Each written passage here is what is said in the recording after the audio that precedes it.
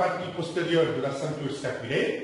Elle est appliquée à la partie dorsale et crânienne du thorax en regard des 7 premières côtes. Orientation, la scapula est disposée comme suit. En avant, la face concave de l'os. En dehors, le bord le plus épais se terminant par une surface articulaire. En bas, le sommet de la scapula. Description. La scapula est située dans un plan oblique, en avant et en dehors, dit plan scapulaire, faisant par rapport au plan frontal un angle de 35 degrés. Cet os est mince, triangulaire et présente deux faces, l'une antérieure au costal, l'autre dorso-latérale, et 3 bords, supérieur, médial et latéral, et 3 ongles, supérieur, latéral et inférieur. Face costale. La face costale présente deux parties, l'une centrale, la fosse subscapulaire, l'autre marginale, la surface dentelée. Fosse subscapulaire. La fosse subscapulaire est concave dans tous les sens. Elle est parcourue par 3 à 4 crêtes qui convergent vers l'angle latéral et sur lesquelles s'insèrent des lames tendineuses du muscle subscapulaire. Surface dentelée. La face costale présente au voisinage des angles supérieurs et inférieurs deux surfaces triangulaires, élissées de rugosité et réunies entre elles par une crête linéaire qui longe le bord médial de l'os. Les deux surfaces et la crête forment la surface dentelée sur laquelle s'insère le muscle dentelé antérieur du thorax. Face dorsolatérale, la face dorsolatérale est convexe et divisée en deux parties par une saillie transversale épine scapulaire. Au-dessus de l'épine scapulaire se trouve la fosse supraépineuse, au-dessous se trouve la fosse infraépineuse. Épine scapulaire. L'épine scapulaire est une lame osseuse triangulaire à sommet médial. Elle est implantée transversalement sur la face dorsolatérale de la scapula, à l'union du quart supérieur et des 3 quarts inférieurs de l'os.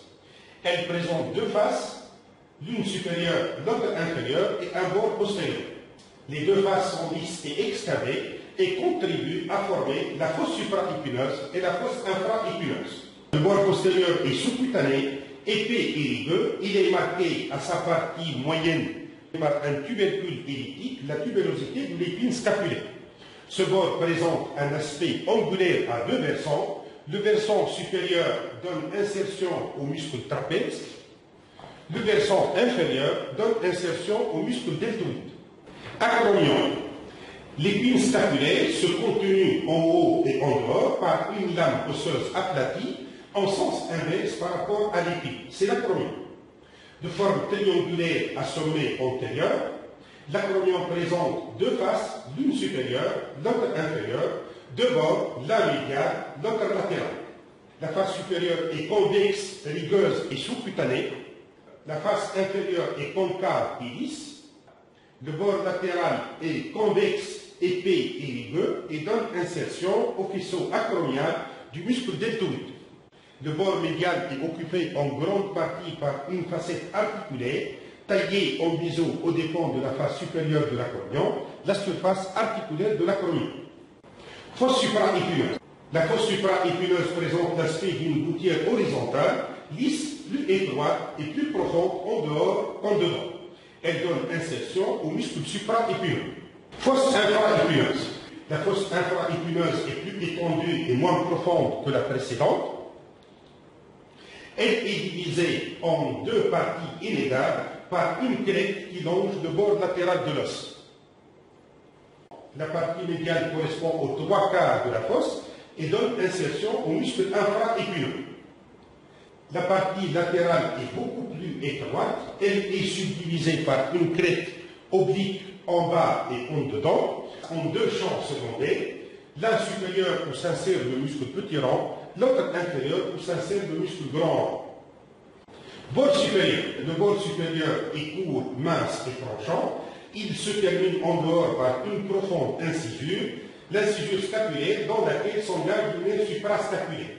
En dehors de cette incisure s'insère le muscle homo-hémorrhagien.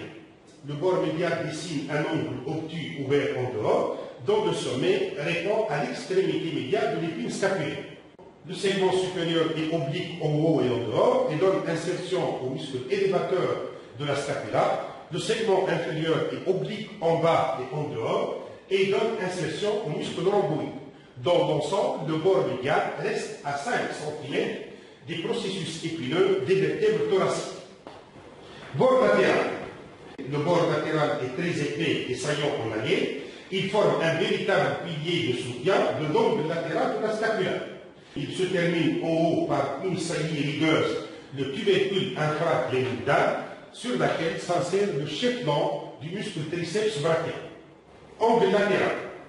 L'angle latéral est situé à l'union du bord supérieur et du bord latéral. Il est très épais et présente trois formations: la cavité glénoïdale, le col de la scapula et le processus coracoïde. Cavité glénoïdale de la scapula. La cavité glénoïdale de la scapula est une dépression peu profonde, articulaire et de forme ovalaire à grosse extrémité inférieure. Elle le regarde en dehors, en avant et un peu en haut. Elle présente à sa partie centrale une petite éminence arrondie, le tubercule glénoïdal. La cavité glénoïdale est entourée par un bourrelet marginal saillant, le sourcil glénoïdal. Le bord antérieur de ce dernier est marqué par une large incisure plus ou moins profonde, l'incisure glénoïdale. Col de la scapula. La cavité glénoïdale est supportée par une partie rétrécie, courte et aplatie d'avant en arrière, le col de la scapula. Il présente deux tubercules. Le tubercule supraglénoïdal donne insertion au chef-flanc du triceps brachial. Le tubercule infraglénoïdal donne insertion au chef-flanc du triceps brachial. Processus coracoïde. Le processus coracoïde est implanté sur le bord supérieur du col de la scapula, entre le tubercule supraglénoïdal et l'incisure scapulaire. Il a la forme d'un doigt semi-fléchi avec deux segments, un segment vertical et un segment horizontal. Le segment vertical est court et aplati d'avant en arrière.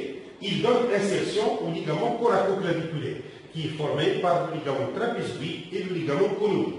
Le segment horizontal est aplati de haut en bas. Il présente un bord médial sur lequel s'insère le muscle petit pectoral et un bord latéral sur lequel s'insèrent des ligaments coraco-huméral et coraco-acromial. Le sommet du processus coracoïde donne insertion au muscle coraco-brachial et au chef-court du biceps brachial. Angle supérieur. L'angle supérieur est situé à l'union du bord supérieur et du bord médial. Il forme un angle presque droit à sommet arrondi. L'angle inférieur est situé à l'union des bords latéral et médial.